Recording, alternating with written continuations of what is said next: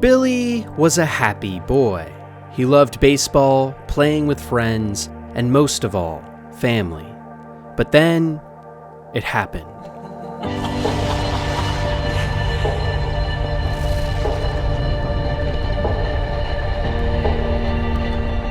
The bombs dropping in Fallout came as a surprise for most people. In seconds, what before were bustling metropolises in an alternate 1950s America became nothing but rubble and wasteland. And for Billy, who managed to hide inside a fridge as a nuclear warhead struck, his irradiated and ghoulified body awakes 200 years later to a world that is no longer recognizable when we find him.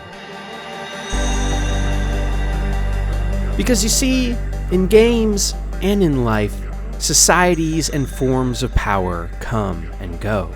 So today, just like Billy from Fallout 4, I want to look through the lens of games and real-life events to dive into what makes these past versions of us interesting, and make us ponder about a question that for millennia has bothered the human race. What happens after a civilization dies?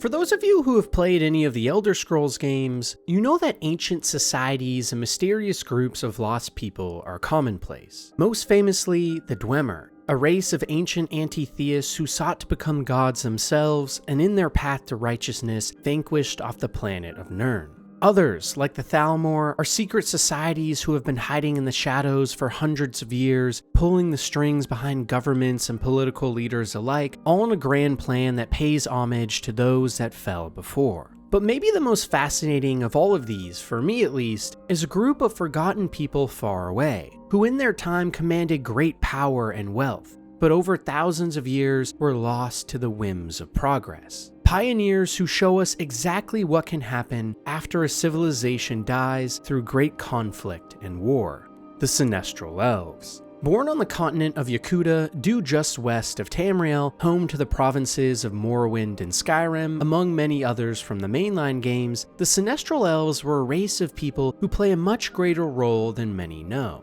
Thousands of years ago, the left-handed elves, as they were commonly referred to, developed an empire 4 times the size of even the greatest modern-day governments, which amassed unmatched influence across the entire continent, building cities strewn in gold and adorned with illustrious purple silks. They were extremely proficient in magic as well, and were said to have architected grand halls and spires that reached into the skies and floated in midair. By all accounts, they would have been one of the most advanced and awe-inspiring civilizations the Elder Scrolls series has ever seen. But you see, what makes them even more fascinating is their fall and what happened next. Due to power struggles with the native human races known as the Yakutans, the Sinestral Elves over time started to lose more and more land at the hands of these fearsome warriors, and in their own hubris allowed the Yakutans to grow in strength, until one day they no longer could resist the onslaught. The elves' great golden cities were burned and turned to ash, and the Yakutans pushed relentlessly to kill all of those who stood in their way. And here, as the tale goes, with their backs against the wall, the elves made one fateful decision that would have ramifications even thousands of years later, completely changing the course of history. By combining their magics, the Sinestral Elves forced the entire continent underwater, and in their dying breaths sought to doom the Yakutan civilization with them. This massive cataclysm of sorts forced the Yakutans to flee their homeland, boarding their capital ships to sail across the seas into the unknown, where they eventually made landfall in Hammerfell in the Iliac Bay and donned a new name, the Red Guards. One that many of you who play Elder Scrolls are probably very familiar with, but might not know the origins of.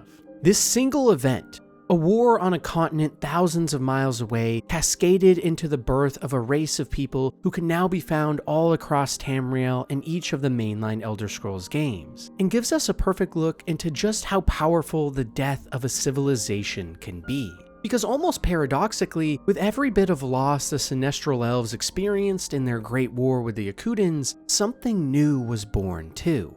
From the ashes of a sunken homeworld rose the warrior culture of the Red Guards, who swiftly conquered the arid lands of Hammerfell and twisted and contorted the local cultures to their own amalgamation of thought. Where once stood feral tribes of man, orc, and elf alike, the Red Guards now wreaked havoc.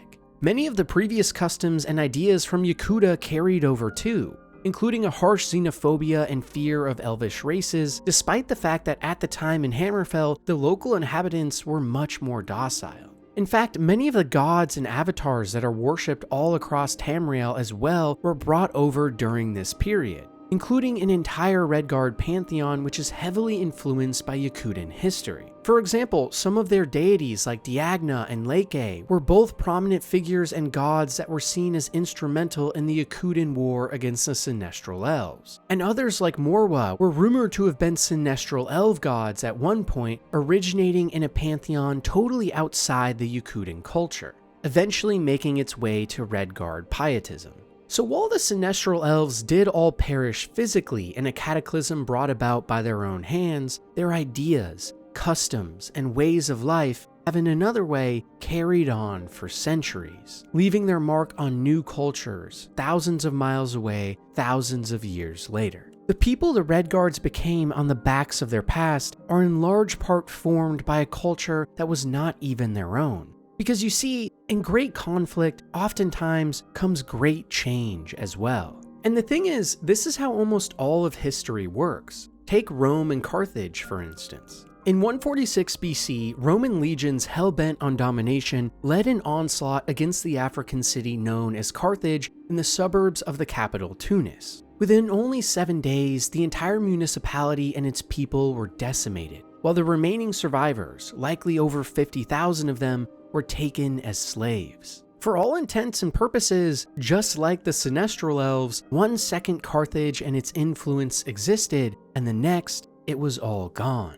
But like the Sinestral Elves as well, the influence of Carthaginians never died. The Romans, for example, took many of the naval ship designs from their adversaries, including the quinquerine ships and maritime tactics from experienced African sailors. Other great Carthaginian books like Margot's Triste were assimilated into Roman culture and thought and translated into Latin and used for decades in agricultural teachings. Trade networks with previously unknown tribes and civilizations were established, and culture and administrative practices were cherry-picked and conjoined into what would later become the Roman Empire after the fall of the Republic and rise of Augustus. The truth is, when it comes to conflicts like wars, ideological disputes, holy battles for justice, or political machinations, no civilization, no person truly dies. The influences of what once existed always have an effect on how the future is formed. And for the Carthaginians, their deaths were not in vain, as some of their writings and teachings still live on to this day and influence what the world has become. In Fallout, despite the world Billy awoke to inside that fridge, one now covered in irradiated wastelands full of giant rats and monstrosities, when he returned home, he still found his family waiting for him, now ghouls themselves and overjoyed to see he survived. Despite living in a completely new world, the customs, people, ideas, and culture carried on, and for Billy, he likely went on to have great influence on how America could build back in the future, even if in a very small way. What came before, even in its death, always affects what comes next. But you see, not all civilizations have such a powerful ending that cascades to influence later on. For others, they go like the Library of Alexandria in Egypt, which shows weirdly, to truly kill a civilization, it's not the people you must vanquish or the buildings you must topple, but rather the ideas you must crush. To this day, the extensive volumes of work in the Great Library of Alexandria mostly remain a mystery, and make us wonder about what things could have been learned from these ancient scholars. The math, science, and arts that were lost, and now most likely will never be recovered, a civilization and ideas that truly are forgotten. It's deaths like these that I find even more intriguing, ones consumed by confusion and chaos, that strip identity away from civilizations as they perish. And what better way to start a dive into stories like this than the Pthumerians from Bloodborne?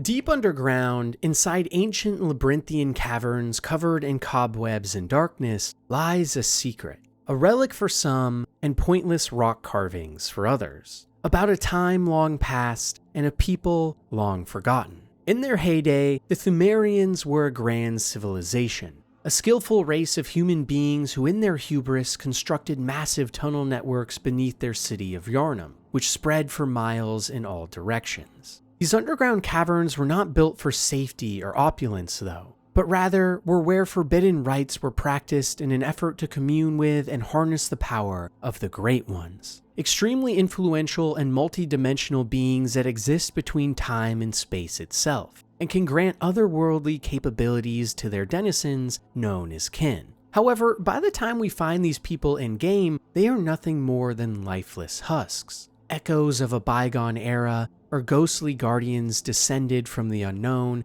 with their mouths stuck wide agape in horror. But you see, what makes the Pthumerians most fascinating is what we don't know. Because all across their underground cities and towns in Bloodborne, known as the Chalice Dungeons, we can find carvings, symbols, and relics of what they must have been like. But with each new find, we only uncover more questions than answers. What were these people's true origin? True relationship with the Great Ones? How did they originally stumble upon these extraplanar deities? And maybe most interestingly, why did their civilization collapse? Because in the case of societies like that of the Pthumerians, their collapse took their history with them. In-game, the only way in which we can even deduce small things about these humans from long ago is by combing through each environment, or reading paragraphs of text on each item we pick up, which only dole out small amounts of information with each sentence, oftentimes in strange riddles. Honestly, it's a staple of all FromSoft games at this point, Dark Souls and Elden Ring included, and is a huge reason so many fans love the storytelling in these titles. Whereas most fallen civilizations in popular media leave apparent clues or long-lasting ideas of who they were, the role of the Pthumerians is so obfuscated and confused that their influence on modern day becomes impossible to formulate. And deaths like these are so much more tragic than those born of nothing but rage, war, and conflict. Ones where the books are burned, ideas are squashed, or politics and customs erased from the record. The slow death and erosion of what came before until there are no longer any living beings to remember it at all. Because in a way, isn't this slow death what really kills civilizations? Not the fall of a king or queen or decimation of its people, but of the records that otherwise would have stood the test of time. Because all civilizations will at some point fail or fall to some outside force. But in the case of those like the Pthumerians, their fall very well might be everlasting, where explorers and adventurers of the future, like the Hunter, the playable character you control in Bloodborne, are forced in many ways to make up their own history of what happened before. By piecing together artifacts from the lost underground cities, we as players are the ones dictating the past, forming theories, and piecing together lore to make a timeline that's our own. Or in other words, in an effort to celebrate the past, we also damn the freedom of those who have already perished to tell their own story, and make it their own tale to tell their own story. Maybe this is when a civilization truly dies, when the stories that are told are no longer theirs, but ours, future peoples and civilizations, or players for any game. I'm sure many of you have heard the phrase that all of us suffer two deaths. The first when our body fails and our brain shut off, and the second when our name or legacy is spoken or thought about for the final time. For civilizations, I think it's quite similar, where true death comes the moment that your customs, your culture, your ideas and history are no longer remembered how they actually were, but instead how the future wishes them to be. Loss so great and so slow that by the time you realize it's happening, it's already too late and you can no longer remember what came before. And this is what makes the death of civilizations so captivating for me at least. The fact that we can never truly know what happened in our past, or how our progenitors really thought or lived. And I think it's a big part of why history is such a fun subject for so many people in the first place. The fact that we can never know the full truth, and the harrowing idea that one day it might happen to us as well. In Underrail, for instance, an extremely niche and hardcore CRPG that most people haven't played and probably shouldn't due to its difficulty, there's an ancient and secretive society called the Godmen, which are advanced beings from another planet that may hold the keys to why all of humanity has been forced deep underground to survive. In-game, if you complete an obscure set of instructions in a specific order, you can uncover a top-secret location known as Oculus, which contains a mainframe which tells us more about these lost people and what they know. And truthfully, despite the game being so hard to get into, the ideas of discovering the hidden lore here pushed me to play and research more. The mysteries of the past and how it came to be are just too fascinating, including the questions of what things could even cause such chaos in the first place. And I think it's the same reason the most viewed and searched modern-day archaeological finds tend to be those like Göbekli Tepe, Neolithic sites in ancient Upper Mesopotamia, or what is modern-day Turkey, or Poverty Point, Louisiana as well, which seem to both imply that civilization was birthed on Earth much earlier than we previously thought, calling into question our preconceived notions of historical fact. Finds like these, or the tunnel systems in Bloodborne and Underrail, imply that the truth of reality, of the universe, is so much grander than we originally thought. That long ago there were civilizations and people that most likely strongly influenced who we are today, but through the slow and arduous passage of time, have left nothing but small remnants of who they were, forcing us to decide for ourselves. A process of decision-making that for those of you who study history, you know is always evolving and changing. And in a strange way, by making these decisions of what the past is and how forgotten civilizations were, don't we in a way become gods of sorts ourselves? People through who our own biases and desires, our faith, craft narratives or tell stories that inspire a future we want, from a past we cannot even be sure of. But you see, this drive to godhood might just be inherent in the human condition, to life itself. And as we are about to see, it also leads to what I personally find to be the most compelling fallen civilizations of all. Those that aspire to more, to power and influence, ultimately leading to their collapse entirely, like Icarus when he flew too close to the sun.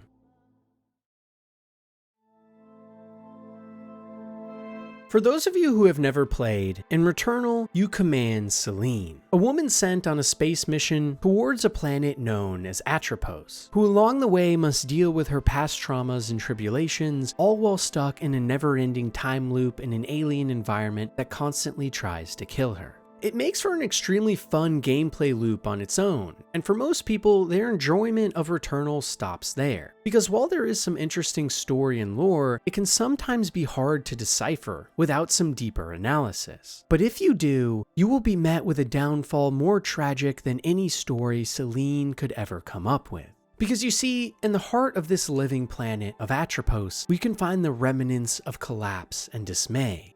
A civilization of people simply referred to as sentient beings who left behind monstrosities and robotic war machines along with xenoglyphs and clues to who they were. And by studying these closely, we can start to piece together what truly happened here. Long ago, the sentient beings used the minerals on this planet to build a machine to turn themselves into gods, to reach for the stars and join their consciousness into a hive mind controlled by the machine, bringing about immortality and eternal happiness. The sentient beings saw this venture as a way for them to break free from the shackles of their own confinement on Atropos, to ascend into something greater by isolating themselves and pushing to the brink of what is possible. However, in their hubris, they began to collapse under the weight of their own responsibility. In time, the machine they built started to turn against them, and used the hive mind to infect the sentient beings, turning them into mindless warriors whose only thought was bloodshed and death. And just as soon as they ascended,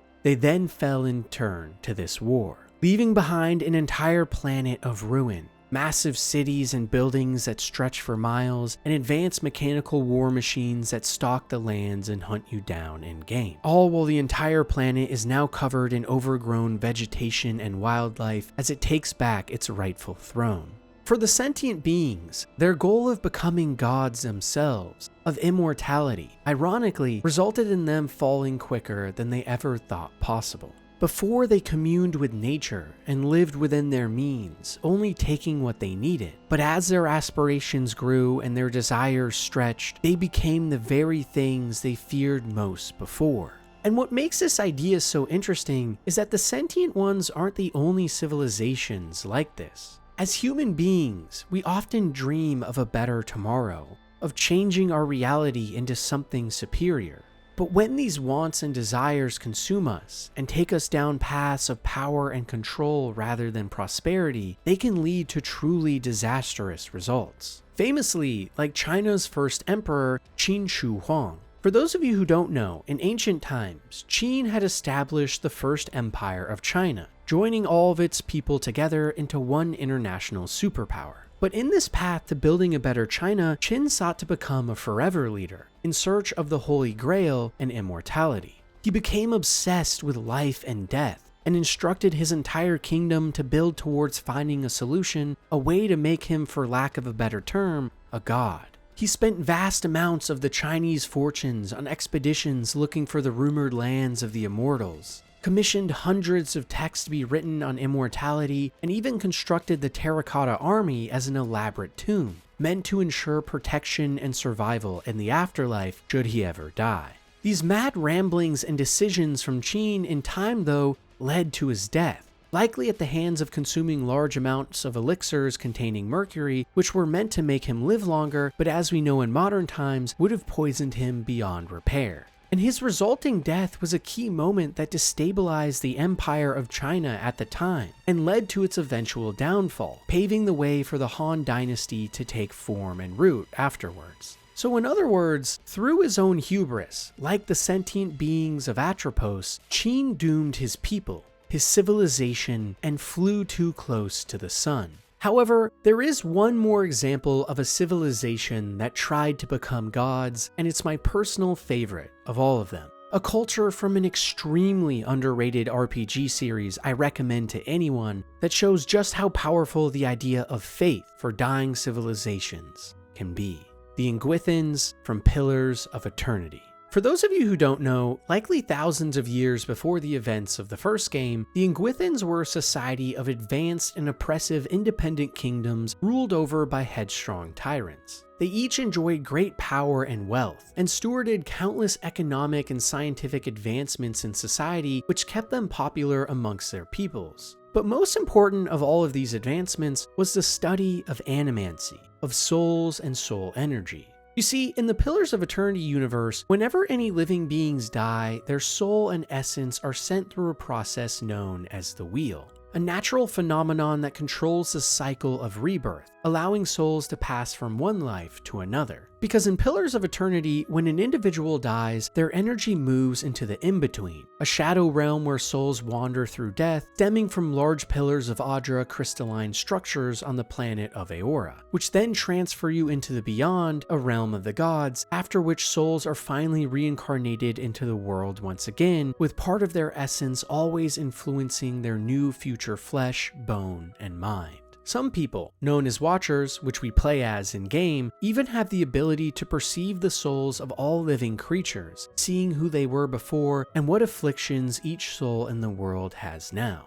But for the Ingwithans, thousands of years ago, their mastery and control over animancy was even greater than modern times. Fueled by holy and religious wars that were destroying Ingwithan societies at the time, they sought to find answers through animancy of who the true gods really were and which independent kingdoms were right after all. However, in their pursuit, what the Ingwithans found rocked the very foundations of their faith and belief as a whole. By siphoning thousands of souls into pure essence and energy through Audra pillars connected to advanced scientific machinery, the Ingwithans were able to send a few select individuals into the realm of the gods themselves, and when they arrived, they found nothing but an empty throne, either vacated long ago or even more horrifying, never existing in the first place. The idea that the gods of Aora never existed shook each and every high-ranking Ingwithan official to the core, and led to a string of arguments about whether or not the people should know. Eventually, though, it was decided that the loss of faith of their gods would ultimately lead to the fall of Ingwithan society and culture, with no guiding force for the denizens of the world to attach themselves to. So in their place, the Ingwithans devised a devious plan to assume the throne of the gods themselves and create a new pantheon, this time one that truly existed and could influence the world.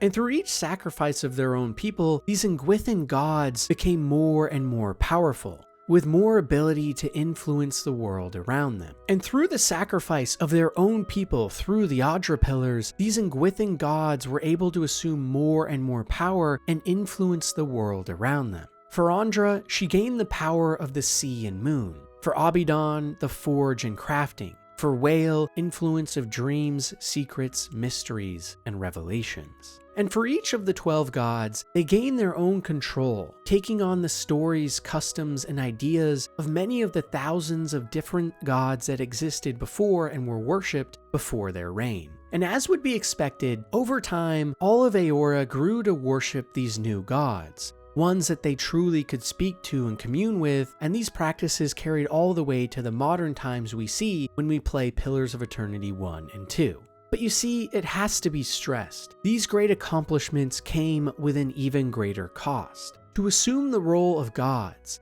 the new deities forced hundreds of thousands of their own people of the time to sacrifice themselves at the altar, forcing their souls into Audra Pillars and tricking them all to make themselves more powerful as gods. And as would be expected, in time, just like the civilization of Atropos, the Ingwithans sacrificing their own people eventually led to the crippling and destruction of all of culture and society itself.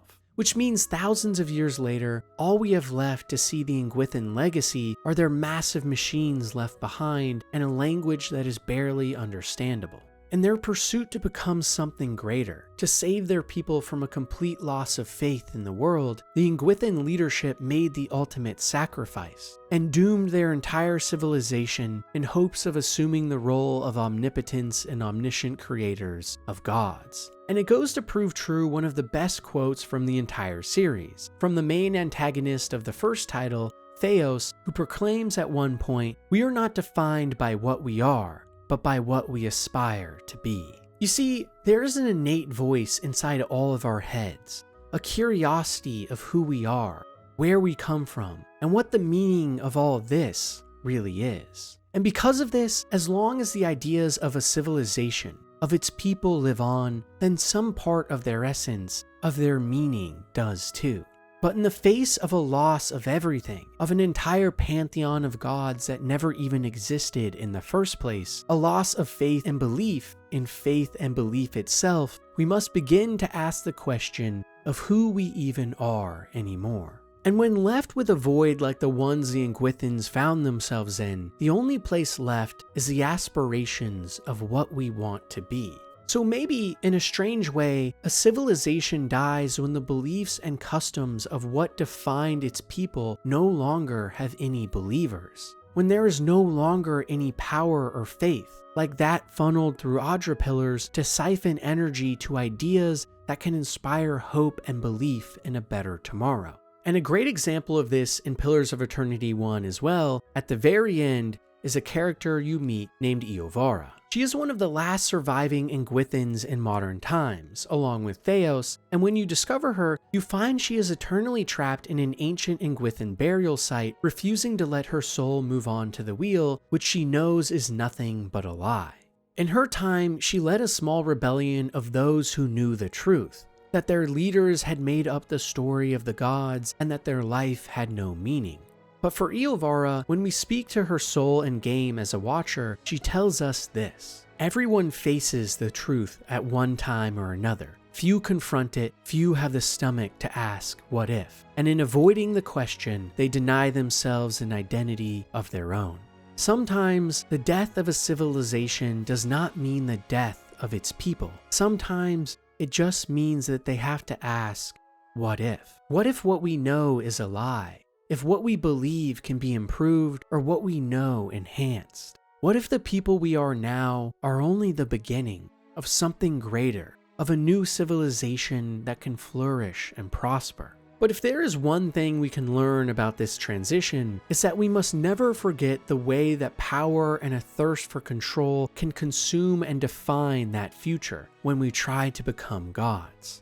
But if there's one thing we can learn about this transition, it's that we must never forget to be wary of the power and thirst for control that can come with defining a new future, with becoming gods, about constructing a new society from the ashes.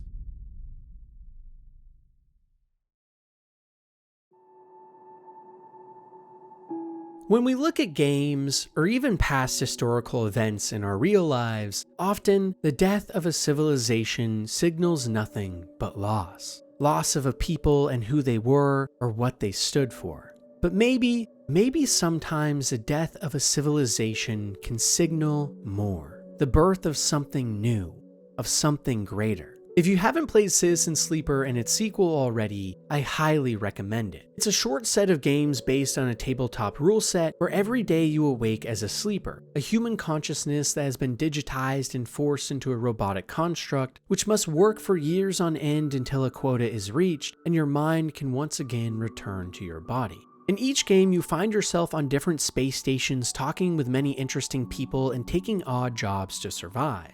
The world around you is crumbling, with great wars that have left entire planets in ruin, and the outer systems you are a part of have been plunged into constant fights for control of resources and what little is left. So as you would expect, people in places like these are harsh, mean, and will constantly try to trick or deceive you for money or resources. There are bounty hunters, charlatans, and degenerates alike, all born into a society and culture that has abandoned them, a civilization on the verge of death. But you see, in this destruction and sadness lies something special too. Each and every character you speak to in the games, while distraught, has a soul deep inside them too. Like Lem and Mina, a father and adopted daughter who must fight to survive in the streets, who you can help to get on their feet and eventually escape if you dedicate everything you have for them.